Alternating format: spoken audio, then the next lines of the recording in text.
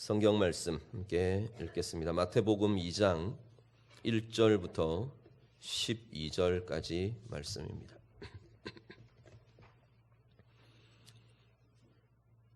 신약성경 1쪽입니다. 마태복음 2장 1절에서 12절 말씀.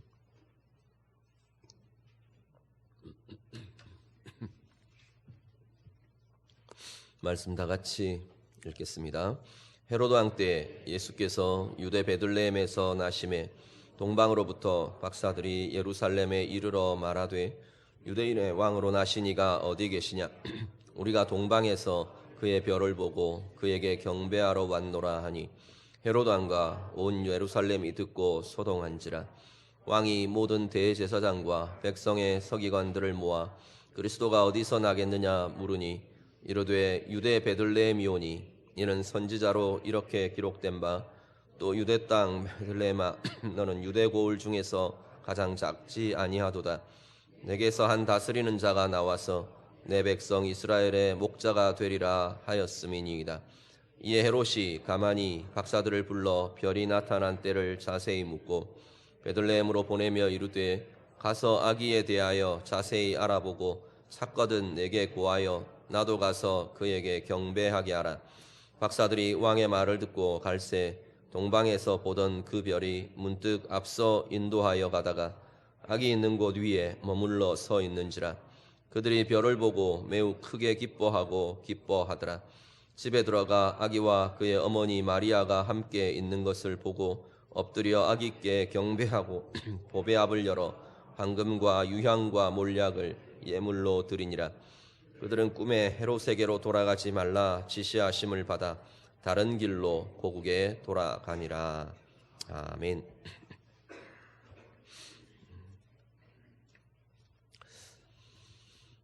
아기 예수의 나심에 대해서 복음서들이 조금 다른 특징들을 가지고 증거를 하는데요. 특별히 마태복음은 예수의 탄생을 왕의 탄생으로 선포하며 증거합니다. 오늘 본문의 시발점은 출발되는 것은 동방으로부터 박사들이 아기 예수를 경배하러 오면서 오늘 본문의 이야기가 시작이 됩니다. 동방에서부터 온 박사들이 예루살렘에 와서 왕으로 나신 이가 어디 있느냐, 어디 계시냐 이렇게 묻습니다.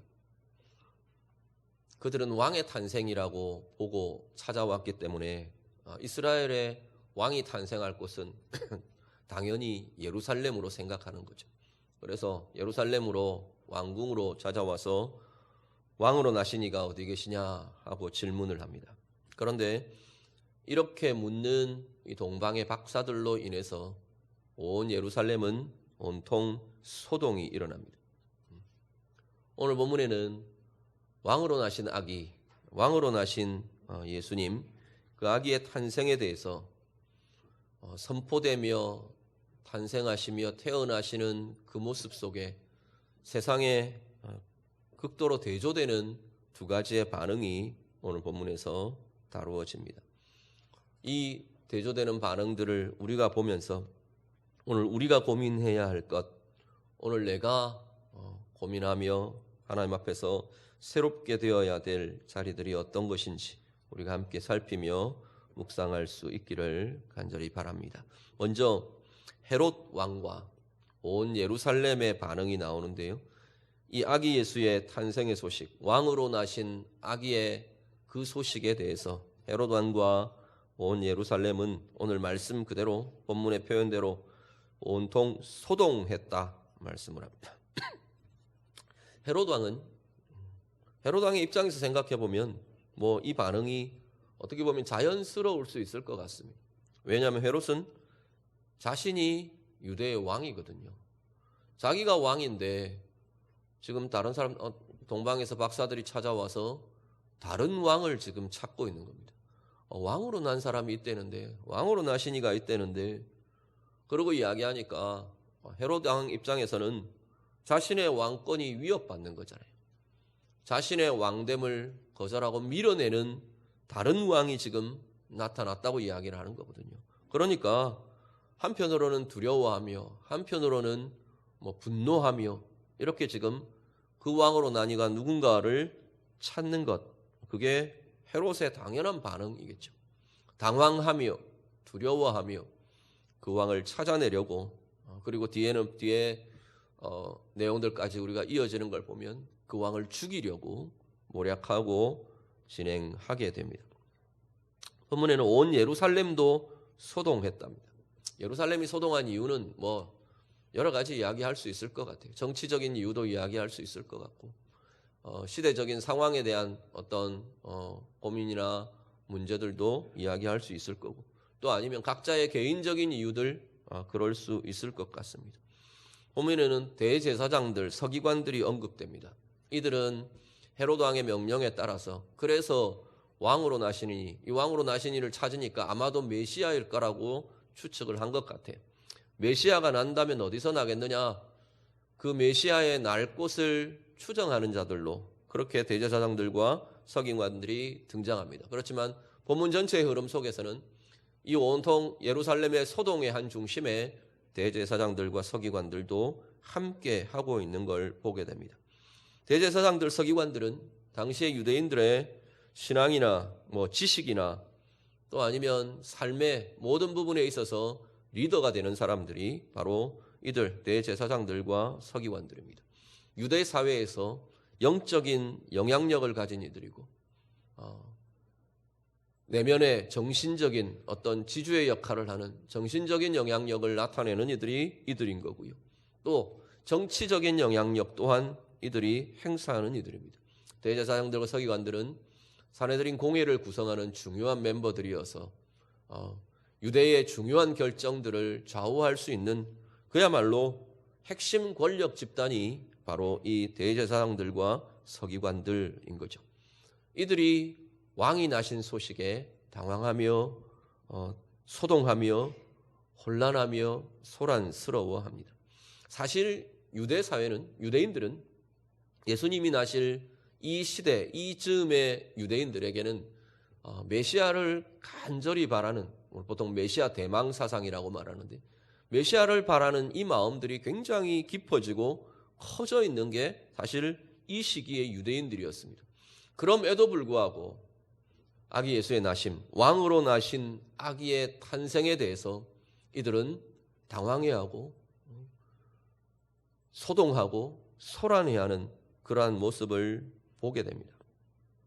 스스로 왕이 된 이들, 스스로 자신이 왕인 이들, 그들은 결국 왕으로 오시는 그분에 대해서 당황하고 두려워하고 불편할 수밖에 없는 거죠.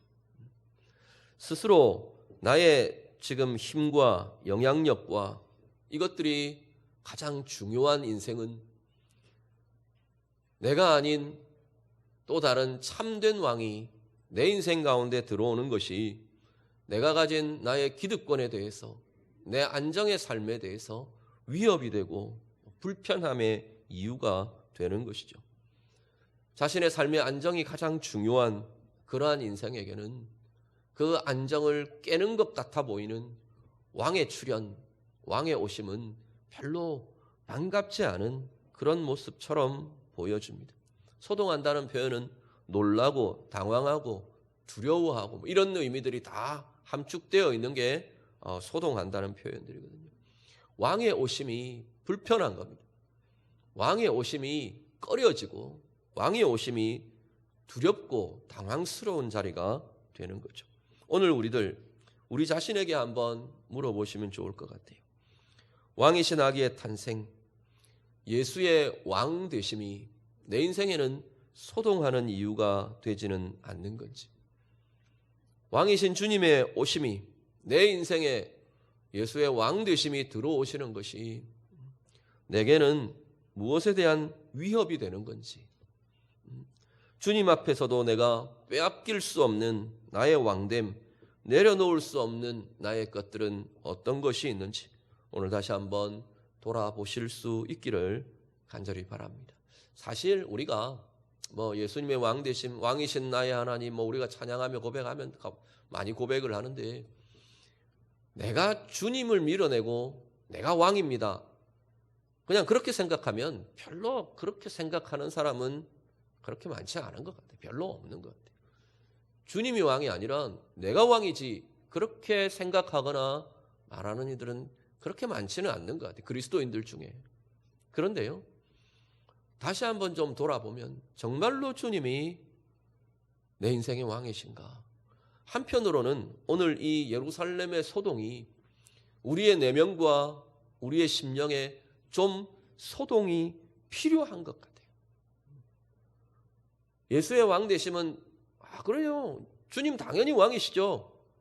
말하지만, 고백하지만 내 인생은 전혀 주님의 왕 되심과는 상관없는, 주님은 주님대로 왕이시고 내 인생은 그렇지만 내 마음대로 살아내고 내 뜻과 내 주장과 내 기준과 내 방법대로 여전히 나는 내 인생을 살아내고 전혀 충격도 없는 그러한 모습이 성탄을 맞는 오늘 우리의 모습은 아닌지 좀 돌아보시면 좋겠습니다.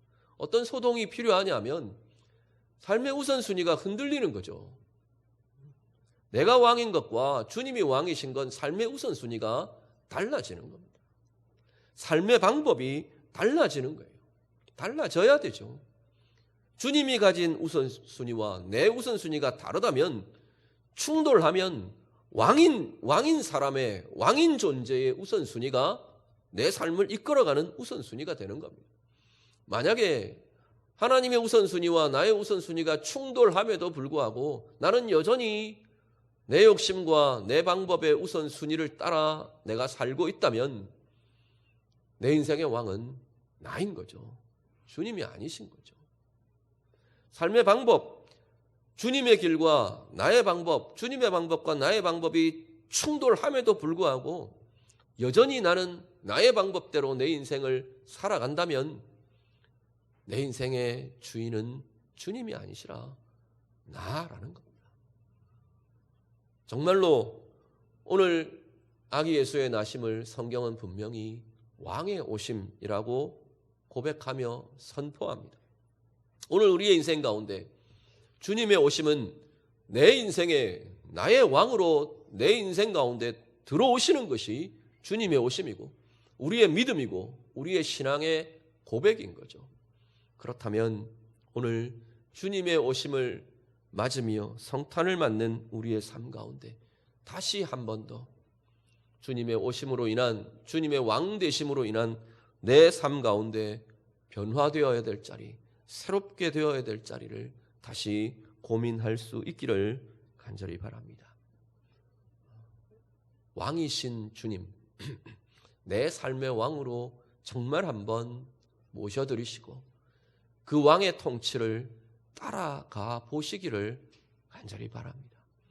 살아보지 않아서, 우리는 주님이 왕 되시는 삶을 내가 살아보지를 않아서 그 주님의 왕 되심에 내 인생의 삶의 자리들을 맡겨보지를 않아서 그 왕 되심의 자리가 어떤 것인지, 왕이신 주님을 따라간다는 삶이 어떤 건지를 잘 모르는 경우들이 굉장히 많은 겁니다. 물질의 삶이든 내 직업의 일이든 내 어떤 중요한 결정의 선택이든 내 자녀들의 문제를 내가 고민하며 같이 다루어내고 기도하며 풀어가야 하는 것이든 부딪혀 있는 인생의 문제이든 내 건강의 문제이든 내 인생의 꿈에 대한 이야기이든 비전이든 직분과 사명을 감당하는 자리이든 어떤 것이든 주님의 왕 되심을 맞아들이며 주님의 왕 되심을 인정하며 주님의 왕 되심의 통치와 다스리심에 나를 내어 맡겨 드릴 수 있기를 간절히 바랍니다. 그 왕이 나를 어떻게 인도하시는지, 그 왕이 나를 어떻게 통치하시는지, 그 왕 되신 주님이 나를 어떻게 보호하시는지, 내 인생을 어떻게 세워가시는지, 정말 주님의 왕 되심 앞에 우리의 인생과 삶을 내어드리며 우리의 입술이 고백하는 바대로 그리스도의 사람으로 왕 되신 주님을 쫓아가는 주님의 사람들로 귀한 인생을 살아내시는 참 은혜의 인생으로 나아가시는 우리 모두의 삶이 다 되시기를 우리 주님 이름으로 축복합니다.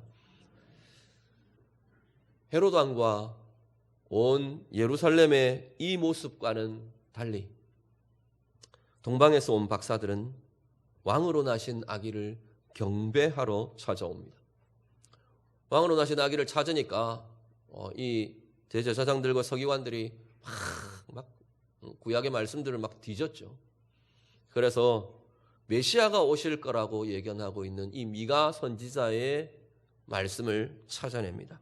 그래서 미가 선지자가 구약의 예언이 메시아는 베들레헴에서 탄생할 것이라 그렇게 예견되었습니다 라고 보고를 합니다. 사실 베들레헴은 왕이 날 만한 곳이 아닙니다.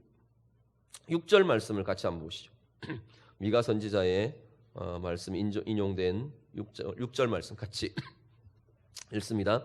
또 유대 땅 베들레헴아 너는 유대 고을 중에서 가장 작지 아니하도다. 내게서 한 다스리는 자가 나와서 내 백성 이스라엘의 목자가 되리라 하였음이니이다. 아멘. 베들레헴을 향해서 이렇게 선포하는 겁니다. 베들레헴아 넌 유대 고을들 중에 가장 작은 고을이 아니야. 규모가 작고 뭐 어떤 크기가 작고 인구가 적고 그렇지 않아. 그 이야기가 아니고 그렇게 지금 이 선지자가 선지자를 통해서 선포되는 이 말씀은 뒤집으면 어떤 이야기냐면 실제로 현실적으로는 유대 고을 중에서 베들레헴이 가장 작은 고을같이 작은 고을에 불과하다는 겁니다. 작은 시골 마을이라는 겁니다. 그런데 왜 작지 않다고 말하느냐 하면 크기가 큰데 다른 사람이 오해해서 늘 작게 본다 그런 게 아니고 작기는 작아요. 정말로 작은 게 맞는데 왜 작지 않다고 말을 되느냐면 너에게서 왕이 나올 것이기 때문이라는 거죠. 베들레헴에서 왕이 태어날 것이기 때문에 이스라엘의 목자가 태어날 것이기 때문에 온 세상의 구원자가 메시아가 나실 것이기 때문에 너는 더 이상 작은 존재가 아니다 말하는 거죠. 예수님은 나신 아기는 가장 작은 자의 모습으로 가장 작은 곳에서 가장 작은 모습으로 이 땅에 태어나십니다. 가장 작은 자의 모습으로 오신 가장 크신 분이 바로 예수 그리스도, 이 땅에 오신 예수 그리스도이신 거죠. 그분을 향해 동방의 박사들이 경배하러 나아갑니다. 여전히 작은 자의 모습 속에 있지만 작은 곳에 머물고 계시지만 이 동방의 박사들은 그 아기를 왕으로 경배합니다. 동방이라는 곳은 뭐 여러 가지 이야기들이 있지만 주로 바벨론, 페르시아 이쪽 지역으로 추측을 하고요. 박사라는 이 신분도 천문의 현상들을 보면서 시대의 현상들, 시대의 어떤 것들을 분별하려 하던 그 당시에 제사장 그룹들, 천문학자들 이런 것들로 추측합니다. 본문의 동방의 박사들이 아기 예수를 찾아오는 이것이 성경적인 예수에 대한 신앙을 가졌다, 믿음을 가졌다 이렇게 볼 증거들은 사실은 성경에는 없습니다. 그 이후에 이들의 생애도 예수의 제자로 살았을까? 전승들은 그런 전승들이 많아요. 전승들은 이 동방의 박사들에 대해서 이후에 예수의 제자로 고민하고 살아가고 애굽에까지 네 번째 동방 박사 이런 이야기들을 보면 그런 전승들은 많이 전해집니다. 그렇지만 성경이 말씀하고 있지는 않습니다. 분명한 것은 오늘 본문이 밝히 증거하고 있는 분명한 것은 이들은 어쨌든 가장 작은 곳에 가장 작은 자의 모습으로 나신 아기 예수를 왕으로 경배하러 온 이들이라는 겁니다. 헤롯 왕과 온 예루살렘과는 분명한 대조를 보이며 왕으로 경배하는 자들의 모습으로 소개하고 있습니다. 10절에는 보시면요.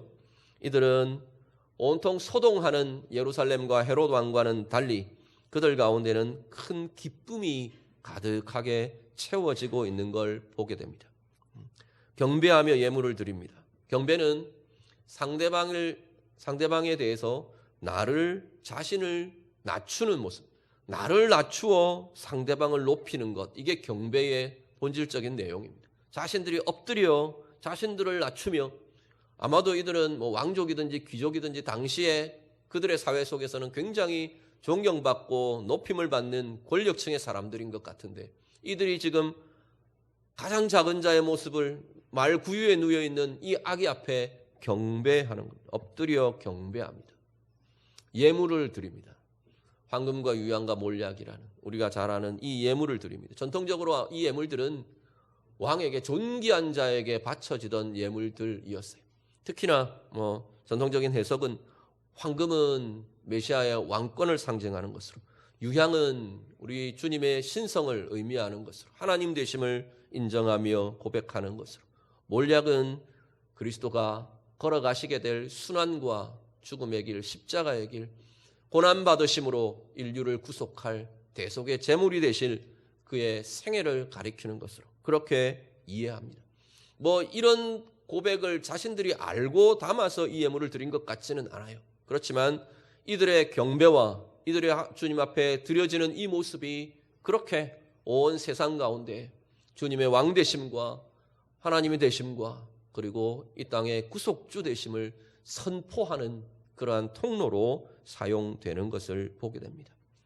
주님을 경배하는 이 자리는요, 소란하고 소동하는 예루살렘과는 달리 하늘의 영광이 비추어지고 하늘의 환희와 하늘의 평강이 이들 가운데 가득한 모습이 바로 경배하는 이 베들레헴의 마구간의 모습으로 비추어집니다. 누가복음 2장에는 보면 천사들이 목자들에게 이 소식을 알리면서 선포합니다. 아기 예수의 오심을. 하늘에는 하나님께 영광이 되고 땅에서는 하나님이 기뻐하시는 사람들 가운데 나타나는 참 평강이 될 것이라고, 참 평화가 될 것이라고 선포하며 고백합니다. 내가 왕인 삶, 각자가 왕인 세상은 소동할 수밖에 없습니다. 내 왕됨이 위협받을 때 우리는 흔들리거나 두려워하거나 분노하거나 싸울 수밖에 없어요. 내가 원하는 대로 되지 않을 때 낙심하고 무너져 내리고 실망하고 묶여지고 그럴 수밖에 없는 것이 내 스스로가 왕이 된 인생의 모습입니다. 각자가 나도 왕이고 나도 왕이고 나도 왕인, 각자가 왕인 그 세상 속에는 다툼이 나타날 수밖에 없는 거죠.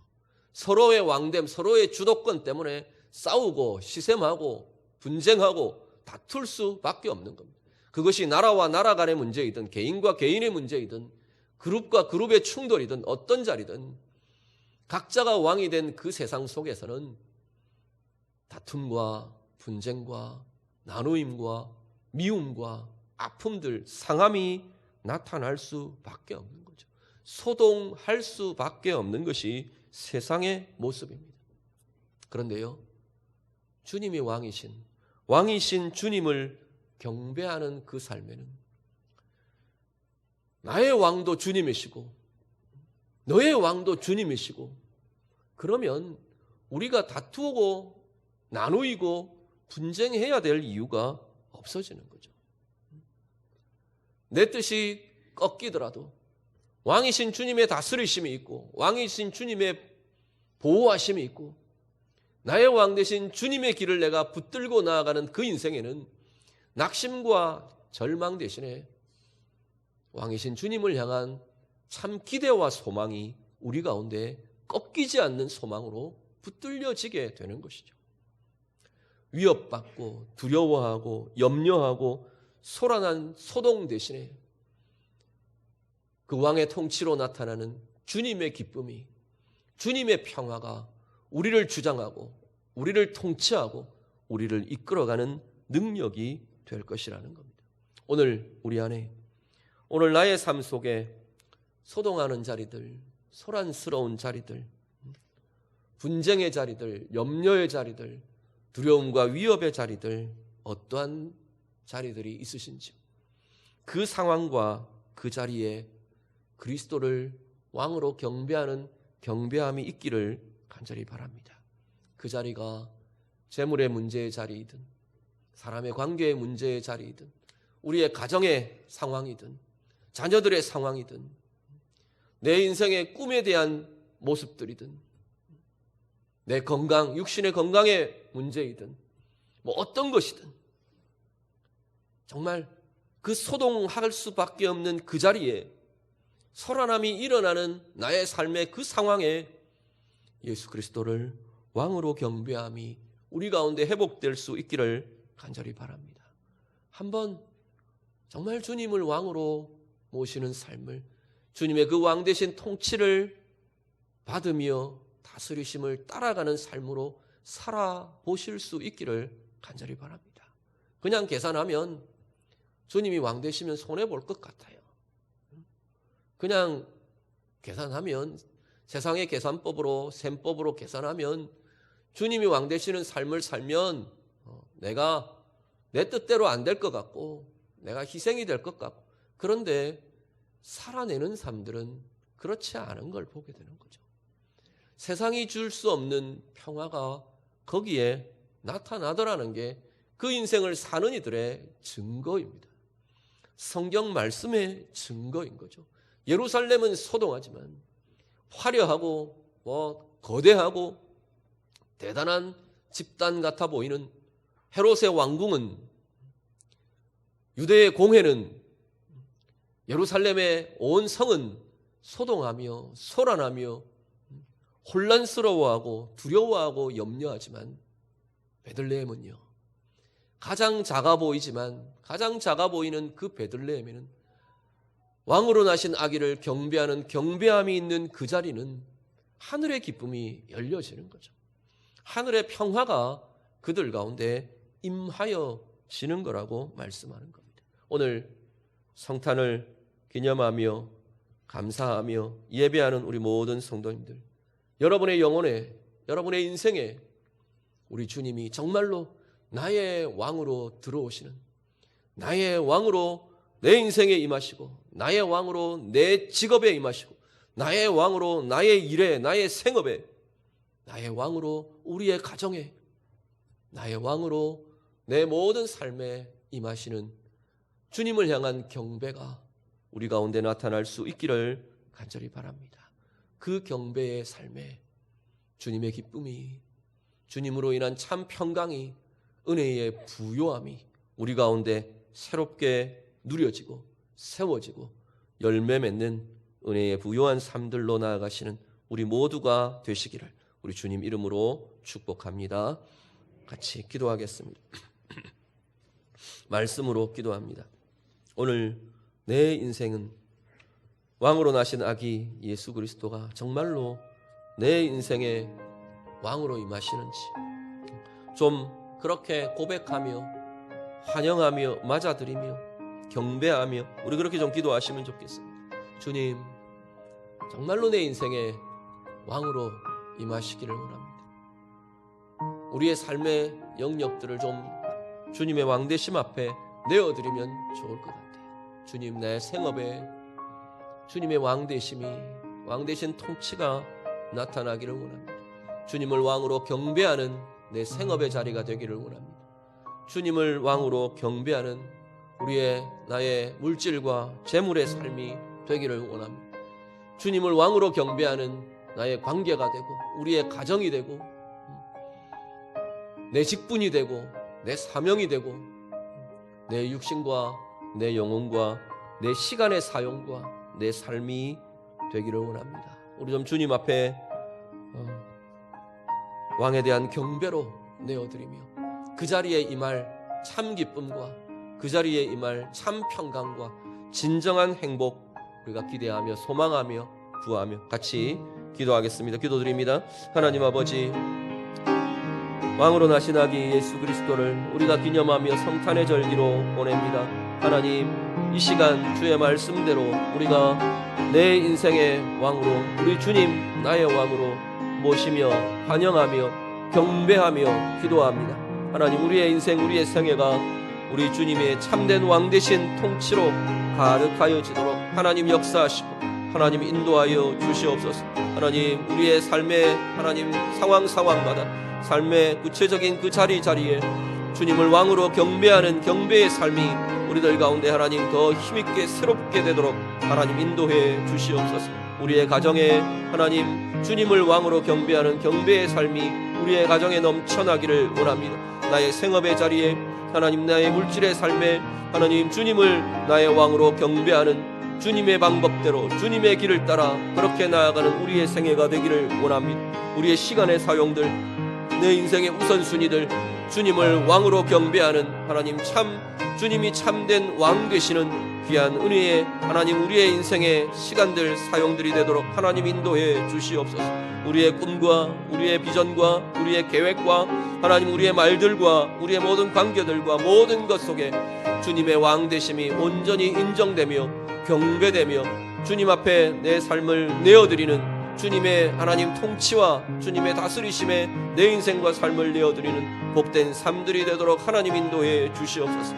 그 인생에 약속된 하늘의 기쁨과 하나님의 평강의 임함이 경험되고 누려지게 하시고 주의 은혜의 부요함으로 살아내는 주의 자녀들 다 되도록 인도해 주시옵소서.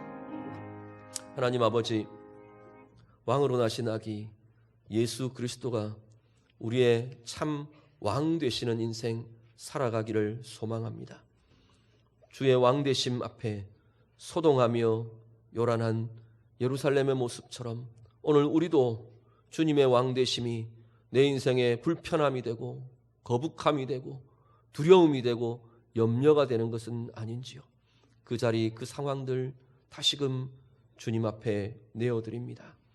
주님의 왕 되심을 환영하며 맞으며 인정하며 고백하는 우리 모든 삶들 속에 우리의 물질의 삶이, 우리의 시간의 사용이, 우리의 육신의 건강이, 우리의 꿈과 우리의 인생에 나아가는 모든 삶의 상황들이 왕 되신 주님의 통치로 다스리심으로 거기에 순종하며 경배하는 우리의 삶으로 아름답게 부유하게 나타나도록 하나님 인도해 주시옵소서. 예수님 이름으로 기도드립니다. 아멘.